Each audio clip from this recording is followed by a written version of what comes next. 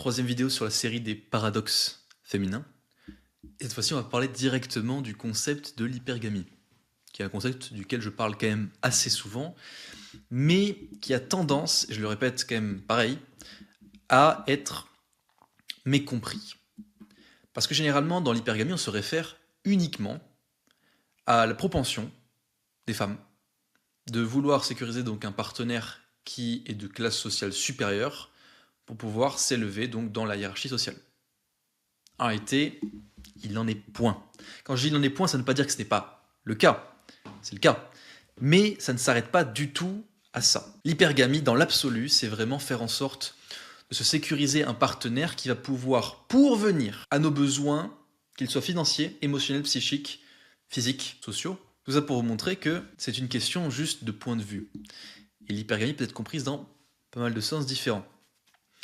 Parce qu'en fait, l'hypergamie est basée sur une fausse compréhension de nos besoins. Pour une simple et bonne raison, c'est parce qu'on part du principe qu'on a besoin de l'extérieur, sans parler de littéralement l'opposé qui serait de vivre en autarcie, mais qu'on aurait besoin de ce qu'une personne externe à nous aurait à nous apporter pour pouvoir se sentir bien et se sentir complet. Spoiler alert, l'absolue majorité des femmes qui vont s'adonner à la pratique de l'hypergamie et au final se sécuriser un partenaire qui sera de classe sociale supérieure, vont expérimenter, vont vivre une expérience donc intéressante pour elles.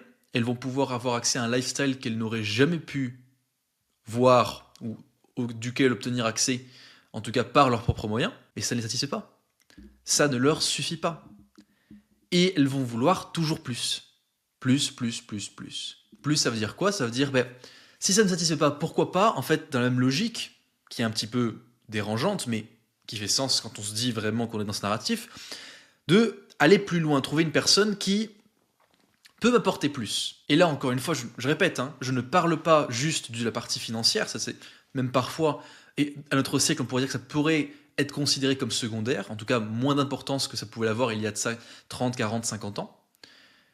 Mais on parle de la capacité à pourvenir à des besoins, donc, qui pourront être physiques, psychiques, émotionnels, sociaux, en se disant que ce n'est pas assez.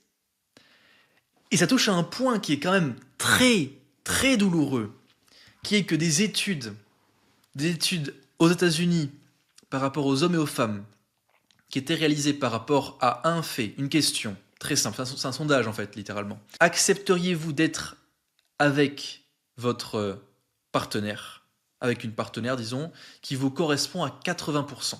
La tendance naturelle et donc ce qu'on peut observer chez les hommes, c'était une énorme majorité de oui, qui était à plus de 90%. Et pour les femmes, peut-être que vous vous en doutez, mais on était à 95% de femmes qui ont dit non. S'il me correspond à 80%, ce n'est pas assez.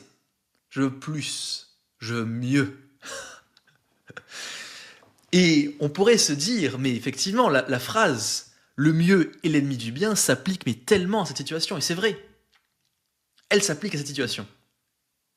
Parce qu'à ce moment-là, on est dans une quête éperdue du mieux, mais du coup on oublie le bien qu'on a déjà. Et c'est un petit peu le pari constant du parieur fou, qui au final va tout perdre. Là, je précise, il ne s'agira pas vraiment de perdre, par exemple, encore une fois, du matériel, des choses matérielles, mais de se perdre soi-même. Parce qu'au final, lorsqu'on ne vit qu'au travers de la dépendance affective, matérielle, psychique, des partenaires avec lesquels on se met en couple, alors notre existence revient au néant. On disparaît, on n'existe plus, on n'existe qu'au travers des autres. Voyez? Quelle est notre identité? On n'en a plus. On n'en a plus. Et donc là, on pourrait se demander, mais pourquoi?